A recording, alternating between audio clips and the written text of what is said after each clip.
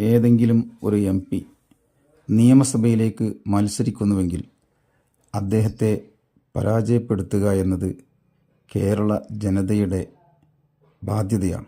കാരണം ഒരു MP MLA ആയി തിരഞ്ഞെടുക്കപ്പെടുമ്പോൾ സ്വാഭാവികമായും അദ്ദേഹം MP സ്ഥാനം രാജിവെക്കേണ്ടി വരും.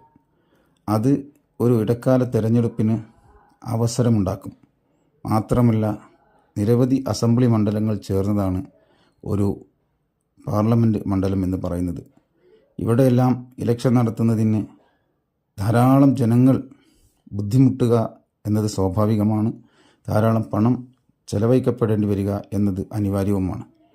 ഇത്തരം സാഹചര്യത്തിൽ അത്തരം അനാവശ്യമായ പ്രവർത്തനത്തിന് മുതിരുന്ന ഒരാളെയും കേരള ജനത പിന്തുണയ്ക്കരുത് എന്നതാണ് നമുക്ക് പറയാനുള്ളത്.